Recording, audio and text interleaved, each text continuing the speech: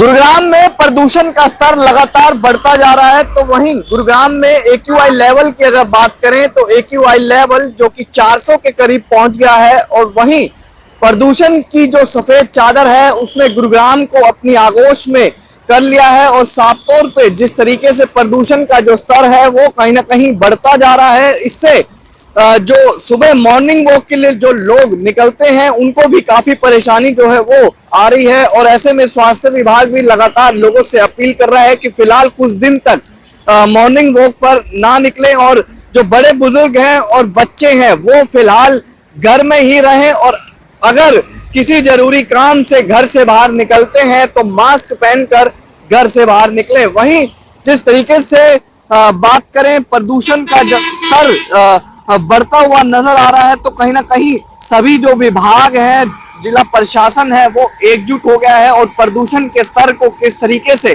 कम किया जा सके इसको लेकर लगातार बैठक जो है वो प्रशासन करता हुआ नजर आ रहा है। और कहीं ना कहीं गुरुग्राम में ग्रैब 2 वो लागू किया गया है और ऐसे में प्रदूषण का स्तर लगातार बढ़ता गया तो कहीं ना कहीं कुछ ही दिनों में ग्रैब 3 भी लागू कर दिया जाएगा। गुरुग्राम से कैमरामैन मोहित के साथ आकाश खुराना। पानीपत में एसिड अटैक का एक चौंकाने वाला मामला सामने आया है। बता दें कि महिला बाजार में सब्जी लेने के लिए जा रही थी, वहीं पीछे से दो मोटरसाइकिल पर सवार होकर बदमाश आए और पहले महिला को धक्का दे दिया। जैसे ही महिला जमीन पर गिरी तो बोतल से एसिड फेंककर वह फरार हो गए। फिलहाल महिला को इलाज के लिए पानीपत के सिविल अस्पताल में लाया गया, जहां पर उनका उपचार चल रहा है। फिलहाल डॉक्टरों द्वारा महिला के सैंपल लेकर मधुबन लैब में भेज दिए गए हैं। वहीं पुलिस द्वारा मामले की जांच की जा रही है। पानीपत से जनता टीवी के लिए अनिल सैनी की रिपोर्ट।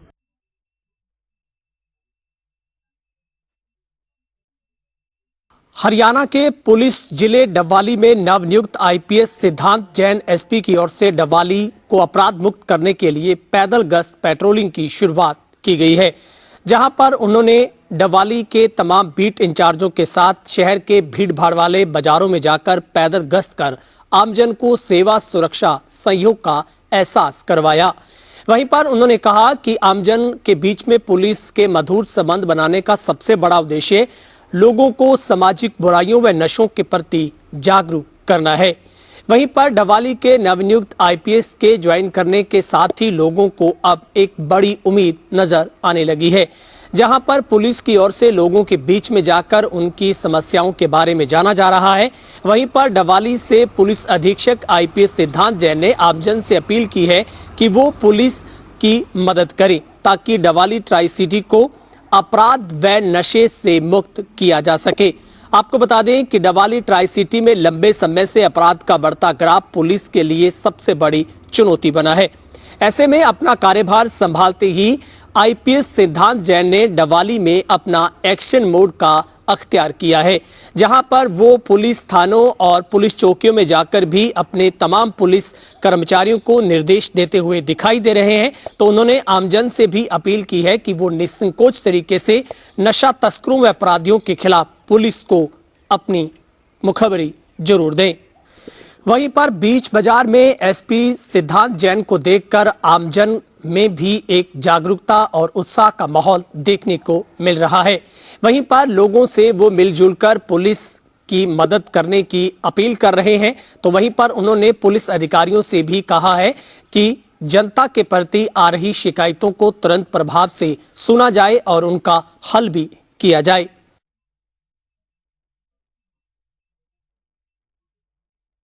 फतेहाबाद के रतिया इलाके में पंजाब पुलिस द्वारा एक मेडिकल स्टोर पर आज दबिश दी गई। मेडिकल स्टोर संचालक पर नशीली दवाइयां बेचने के आरोप लगे थे।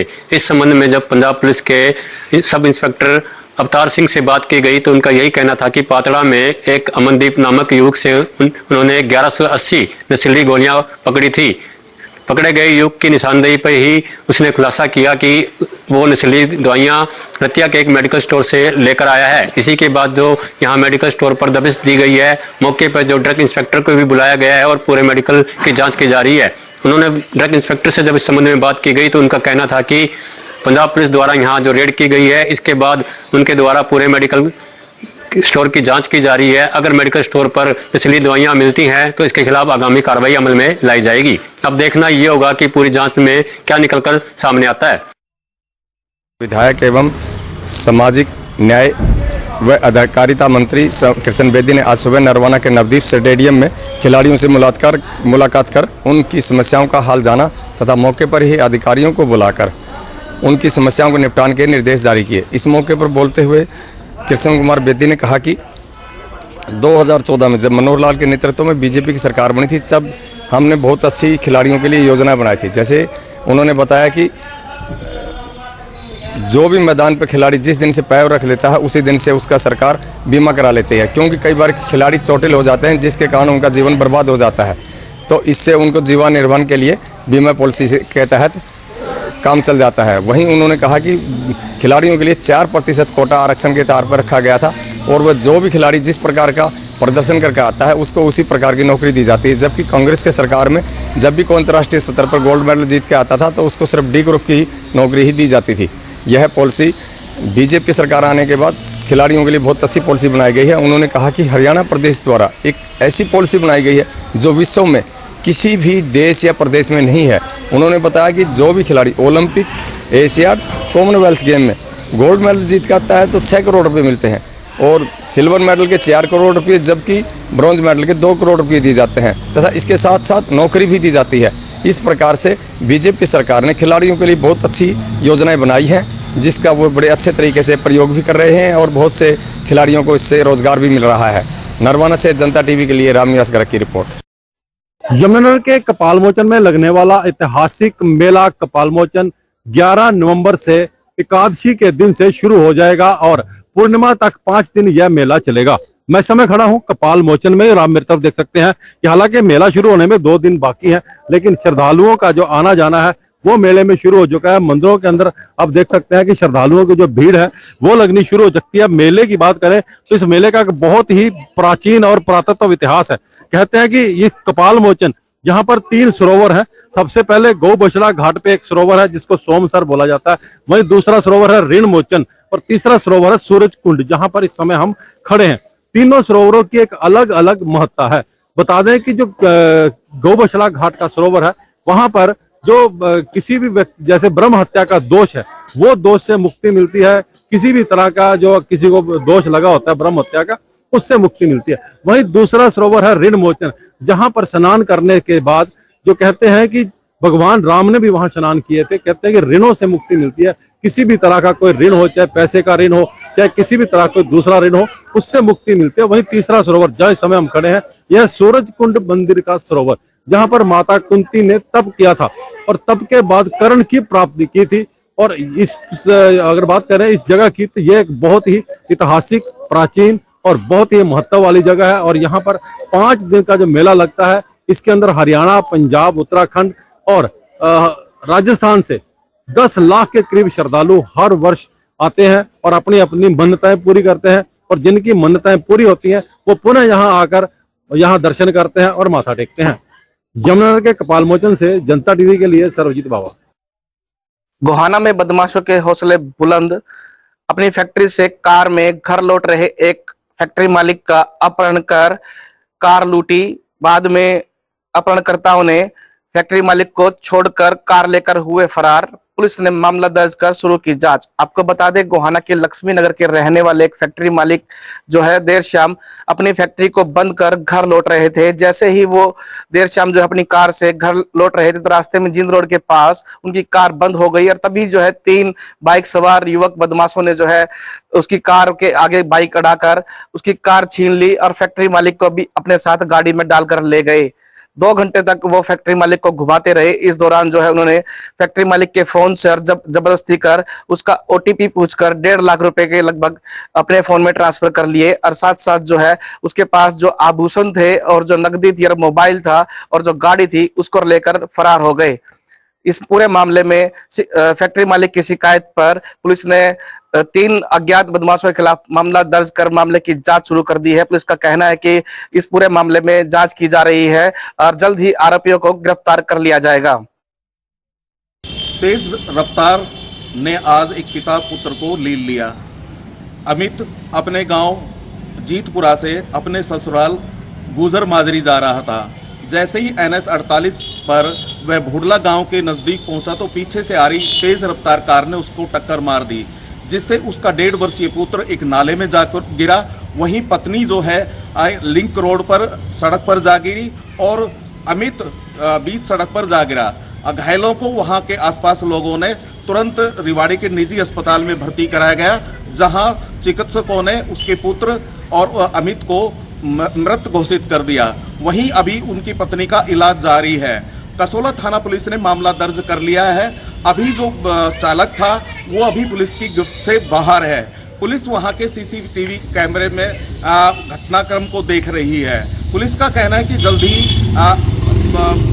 आरोपी जो ड्राइवर है उसको गिरफ्तार कर लिया जाएगा। यह भी बताना चाहूँगा कि अमित जो है अपने पिता का इकलौता पुत्र था और उसकी 1.5 वर्ष पूर्व ही उसकी शादी हुई थी और वह आज अपने परिवार के साथ अपने ससुराल जा रहा था। बीच में ही इस तरह की घटना हो गई। इससे पूरे गांव में मातम मचा हुआ है। जींद की तंग सड़कों से बाहुबली नाम का एक ट्रक गुजरा है और उस ट्रक ने पूरे जींद के लोगों का ध्यान अपने ओर खींचा भी है, क्योंकि उसके अंदर 360 टायर लगे हुए हैं और 800 टन से भी ज्यादा का जो वेट है उसको वो खींच रहा है। ये ट्रक पिछले 1 साल से रोड पर चला हुआ है और जहां से शुरुआत की बात करें तो गुजरात की जो परिस्टिक कंपनी लॉजिस्टिक कंपनी है वो पानीपत रिफाइनरी के जो 2 बॉयलर हैं उसको लेकर चली थी और उसको पानीपत में पहुंचाने वाली है, लेकिन कहीं ना कहीं पिछले 1 साल से वो अपने सफर पर भी है और 1 महीना और उसको अपने सफर को तय करने में लगने वाला है। लेकिन कहीं ना कहीं जहां भी रास्ते में कोई बड़ी दिक्कत आती है, जैसे बात की जाए फ्लाईओवर की या फिर ब्रिज की जो नदी के ऊपर होता है, तो कहीं ना कहीं उनके साइड से एक अस्थायी रास्ता भी बना जाता है और जब ये शहर से गुजरता है तो पूरे शहर के विभाग से